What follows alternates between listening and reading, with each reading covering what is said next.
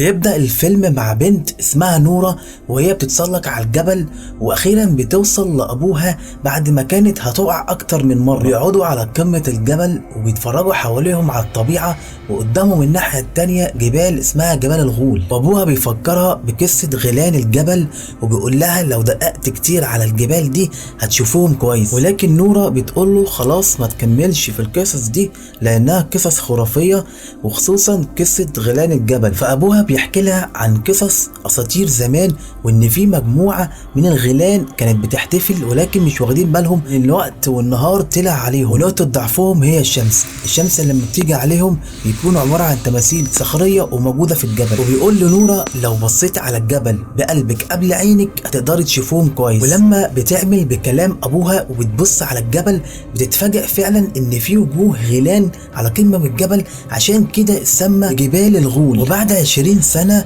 نورة اصبحت عالمة حفريات كبيرة، كانت في موقع اكتشاف ديناصورات في شمال غرب النرويج، والفريق بتاعها كانوا بينقبوا بقالهم 6 شهور. ولكن الجامعة اللي كانت بتمولهم بتهددهم بسحب الاموال تاني، ولكن صاحبها كان بيتصرف وبيتكلمهم وبيتحجج باي حجة عشان يكملوا ويلاقوا اللي هم بيدوروا عليه. وهنا في نفس الوقت صاحبها بيقول لها خلاص هنقفل المشروع. في نفس الوقت بتلاقي حفرية ديناصور، وقالت كمان ان كان عندها حق والمكان كان فيه بقايا ديناصورات. ومن ناحية تانية عمليات الانشاء كانت شغالة في نفق سكة حديد، وفي نفس الوقت في مجموعة من الناس بيتظاهروا عشان محدش يحفر في الجبل. واول ما العمال بيفجروا مكان في الجبل بيدخلوا جوه يستكشفوا، بيلاقوا وحش ضخم طلع من بطن الجبل بيجري وراهم، قتل عدد كبير منهم وطلع بسرعة من النفق. فنروح بعدها لمقر العمليات العسكرية النرويجية، وعرفوا ان في زلزال حصل في دوف وبيفكروا انها عمليات ارهابية، والجيش بيتحرك. واول حاجة بيعملوها بيبعتوا طيران حربي الى موقع الزلزال، واول ما بيشوفوا الصورة على الطبيعة بينقلوها للجيش ويروحوا يبلغوا رئيسة الوزراء، وبتتحول لقضية امن وطني في نص ساعة من وقت الانفجار. والغريب ان كان في اثر رجل عملاقة من موقع الانفجار لغاية النهر، ولكن المصيبة الكبيرة انهم مش مصدقين ان في فعلا عملاق كبير بيتحرك وداخل البلد ويهدد الامن الوطني. وهنا بتطلب من المستشار بتاعها احسن العلماء والمتخصصين عشان يكتشفوا ايه اللي بيحصل. هنا عسكري بيوصل بطيارة هليكوبتر بياخد نورة لمقر عمليات الجيش، ولما بتوصل بيستقبلها اندرياس مستشار رئيسة الوزراء وبيقول لها احنا جبناك هنا عشان العملية دي سرية جدا. كانت بتقول له انت جايبني بسرعة كده، ولكن رفض يقول لها عشان ايه. لما بتدخل بتلاقي نفسها في قاعة وفي وسط مستشارين ووزراء كتير، ولما بتدرك الموقف بتقعد في وسطهم وبتشوف التسجيلات والفيديوهات وبتكتشف ان كل الموجودين بيقولوا على اثار الاقدام انها هبوط ارض. واثناء الحديث بتدخل عليهم واحدة من الامن اسمها سيرفريد ومعاها لابتوب وبتعرض عليهم فيديو، والفيديو ده واحد صوره من اللي كانوا متظاهرين على الجبل وبيظهر فيه عملاق كبير. والناحية التانية في قرية لاشا في 2 قاعدين بيسمعوا صوت عواء جامد قوي، بيخافوا من الصوت اللي سمعوه وبينزلوا في البدروم بيستخبوا. ولما الدنيا بتهدى بيطلعوا بيلاقوا البيت بتاعهم اتدمر حرفيا. هنا في موقع العمليات بيعرفوا ايه اللي حصل في لاشا، وهنا اندرياس ونورا بيروح للمكان بيقابلوا النقيب كريس، والاتنين اصحاب البيت قالوا لها على اللي حصل. وهنا نورا بتكتشف اي دليل يعرفها ايه اللي حصل وايه العملاق اللي عمل كده بالظبط، ولكن كل اللي بتعرفه هو اثر الرجل. بتركب طيارة وبتمشي ورا اثار رجوله لحد الجبل ومش بتلاقي حاجة، وبتستغرب ان عملاق زي ده يختفى. وهنا نورا مش بتفكر في اي حاجة غير ان فكرت في ابوها وبتروح له على طول. واول ما بتروح له بيرفع عليها البندقية عشان مش عارفها وما شافهاش من سنين، وغير كده كمان ان بيجيله تهديدات من كل حتة بسبب شغله، وغير كده كمان ان الحكومة سجلته بسبب بحثه ومواضيعه عن الغيلان. ونورا بتوري له فيديوهات عشان يروح معاها ويحل اللغز ده، وفعلا بيروح. وهنا بيروحوا لقرية لاشا لانها اخر اثار رجله، وبيراجعوا الخريطة بيلاقوها مختلفة عن الواقع بكتير. وهنا بيوصلوا لصخرة كبيرة ما كانتش موجودة في الخريطة اصلا، وبيلاقوا عين كبيرة بتتحرك واحدة واحدة وراهم، وبيتفاجئوا ان غول كبير بيقوم وبيجري وراهم، ونجحوا انهم ركبوا الطيارة وراحوا لمقر العمليات. ولكن اول ما بينطقوا كلمة غول بس بيطلعوهم بره المكان وبيعزلوهم عشان الجيش هو اللي هيروح يهاجم الغول. هنا نورا بتزعق لابوها بتقول له ايه كلام يا اساطير الاساطير اللي انت بتقوله ده بيأكد لها ان الجيش لازم يغير التعامل معاه لان مش هتفيد بحاجه، وان خطه الجيش مش تنفع على التغلب عليه ولازم يوصلوا للغول بنفسهم. لكن في النهايه بتسمع كلام ابوها وبتجرب الطريقه بتاعته. وهنا نورا بتتفق مع كريس انه يروح معاهم في المهمه بتاعت ابوها لانهم مالهمش علاقه بالموضوع لان الجيش طردهم. وفي النهايه بوافق كريس بعد اصرار نورا، يقول لهم انا لو خالفت القواعد والقوانين انا هخسر وظيفتي. ورد عليه ابو نورا بيقول له اصلا هيموت قبل الفجر ومفيش حاجه تقلق منها، كمان لو سيبنا الغول ده هيوصل للعاصمه الوضع هيكون صعب جدا. وبعد ما بيوصلوا غابات هدال بيعملوا فخ ليه وبيلمحوه جاي من بعيد وبيضربوا عليه كذائف وصواريخ هاون، ولكن كل ده على الفاضي ومش بيتاثر ولا صاروخ ولا باي حاجه، وبيروح للدبابات بيدمرها ويموت جنود كتير منهم. وهنا كان في جندي مصاب جنب نورا وفجاه بيهجم عليهم الغول وبيجي ياكل الجندي المصاب. وهنا عرفوا ان هو بيحب ريحه الدم وبيروح ابو نورا بيتواصل معاه، والغريب انه بيفهم عليه ولا هاجمه ولا حاجه. وفي دبابه بتنشن عليه عشان تضربه، بيلف جسمه عشان يدمر الدبابه، خبط والد نورا من غير قصد وبيرميه بعيد مطيره. وهنا بيصاب اصابه خطيره وبيموت، لكن قبل ما يقول لها 3 كلمات وهما البيت والقصر والملك، من كتر صدمتها مش مصدقه اللي حصل. وتاني يوم بتفكر في كلام ابوها وال3 كلمات يقصد بيهم ايه بالظبط. اندرياس كان بيفهمها ان في قصص الاساطير كانت الغيلان بتتحرك بالليل بس، وبتيجي الصبح الشمس بتيجي عليهم بتحولهم لصخور. تراجع فعلا قصص الاساطير القديمه وبتلاقي انه كلامه صحيح. غيلان بتشم دم معين وبتاكلهم، عشان كده ما كلوش ابو نور. عايزين يستخدموا الاجراس العملاقه عشان يبعدوه عن المدينه، لكن بيعرفوا من القصص ان الاجراس بتضايق جدا. لما بيقنعوا الجيش بخطتهم الجيش بيرسل طيارات ومتعلق فيها اجراس عملاقه يروحوا للمكان اللي فيه الغول، وهناك في منتزه في اطفال ونساء ورجال وعائلات واطفال كتير. واول ما بيظهر الغول بيجي الجيش بالطيارات مع الاجراس العملاقه، واول ما بيشغلوا الجرس بيتعصب جدا ويتضايق ويبدا يدمر فيهم طياره طياره. واول ما طياره بتقع على البنت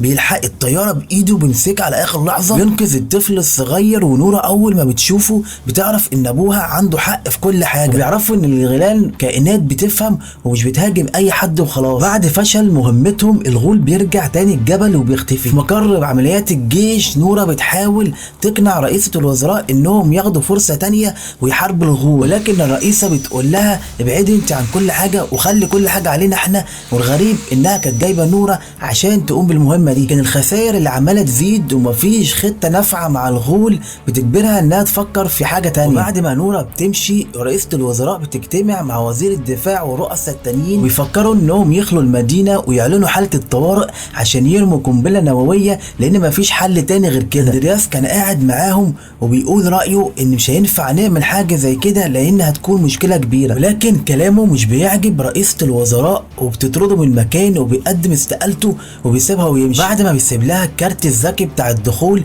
بيرجع ياخده تاني منها وبيرجع تاني عشان يفتح الباب، بيجري يلحق نورا عشان يفكروا بخطه جديده قبل ما يضربوا القنبله النوويه. رئيسة الوزراء بتطلع في بيان مهم وتقول للشعب ان الصور والفيديوهات اللي انتوا شايفينها دي حقيقيه جدا واحنا بنحاول نسيطر على الوضع عشان ما يحصلش خسائر بشريه جديده. بتقوم باخلاء المدينه وتعلن حاله الطوارئ. وقت ما الجيش بيخلي المدينه من السكان نورا بتحول في كتاب المواضيع بتاعها بتلاقي كلمه سيندينج وبيقول ابوها عليه ان هو حامل بوابه. اندرياس لما بيسمع الاسم بيقول لها ريكارد سيندن ده كبير القصر الملكي، وساعتها بتفهم كلام ابوها. تعرف ان القصر اللي كان يقصد ابوها هو القصر الملكي والغول رايح على هناك. بيجروا باقصى سرعه وكانوا عايزين يدخلوا القصر لكن الحراس بيمنعوهم وكانوا عايزين يضربوا عليهم رصاص لحد ما يطلع لهم سيندنج وبيدخلهم القصر وزي ما يكون متوقع ان في حد هيجي، لكن ما كانش يعرف ان اللي جايه دي هتكون بنت توبياس. بيحكي لها انه كان بيصدق كلام ابوها كله مش مجرد قصص لانه شاف في عينيه كل حاجه. بياخدهم جوه القصر في مكان تحت الارض سري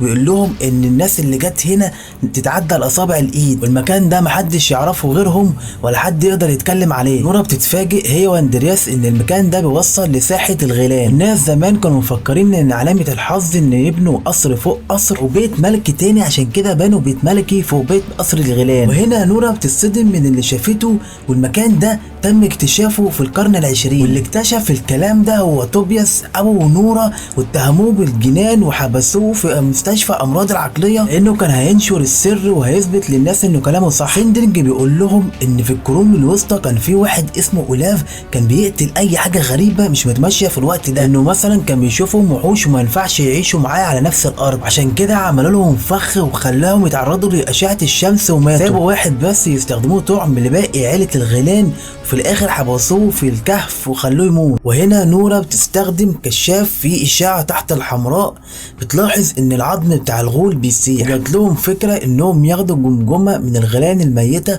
ويستدرجوا بيهم الغول بعيد عن القصر. بمساعده الحراس بيشيلوا جمجمه ضخمه بيحملوها على العربيه ويمشوا. وقبل ما القنبله تتفجر اندرياس بيتواصل مع سينغفريد بيقول لها هكري سيستم الطياره قبل ما الضربه الجويه تتم. وبعد شويه محاولات منها والطيار خلاص هيضرب الصاروخ، بيلاحظ ان في عطل في السيستم والضربه بتفشل. هنا نورا اتفقت مع كريس على الخطه الجديده والمكان اللي هتستدرج فيه الغول، فعلا بتنجح انها تستدرج الغول من خلال الجمجمه تبع عيلته، وبيشم ريحتها وبيجري وراها بجنون. وهنا كريس بيشجع الجنود على انهم يستعدوا. وهنا نورا بتوقع الجمجمه في الطريق وبيمسكها الغول، وبيقوم يشوف نفسه في الازاز بتاع العماره، بيفتكر ان في واحد تاني. الازاز بيتكسر وبيقع منه الجمجمه بتتكسر وبيغضب جدا، وبعدها بيجري ورا نورا ويفضل يكسر في المدينه. تستدرج الغول للملعب الموجود فيه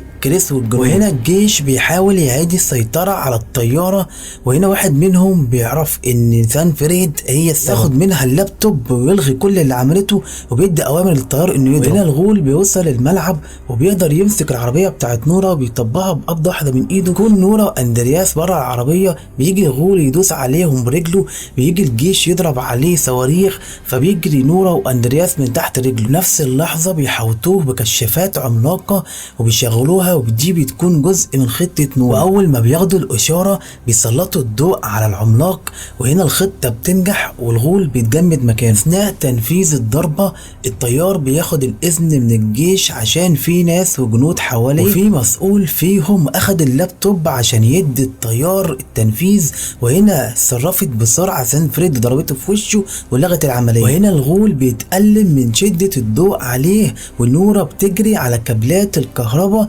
عشان تفصلها، وفعلا بتفصل الكشافات عنه. وهنا نورا بتقوله ارجع الجبل تاني ومحدش هيكلمك، وتقوله ما تجيش المدينه هنا تاني، وبتشرق الشمس عليه وبيتحرق وبيتحجر وبيموت. رغم انتصار نورا عليه بتحزن في الاخر انه مات بالطريقه دي. بعد شويه بتيجي رئيسه الوزراء والمسؤولين والصحافه والاعلام عشان يغطوا الحدث ده. رئيسه الوزراء بتشكر نورا، بتقول لها انت كان عندك حق. اندرياس بيسيب شغله في الحكومه وبيقرر انه يكون كاتب زي ما كان عايز. نيجي للنفق اللي طلع منه الغول ونسمع صوت زلزال وصريخ، ونعرف ان ده ما كانش اخر غول زي ما كانوا عارفين. كده تكون نهايه الفيلم. وطالما وصلت معايا لحد هنا متنساش تعمل لايك وتفعل الجرس بكلمه الكل وتعمل اشتراك حلو كده، ويلا باي.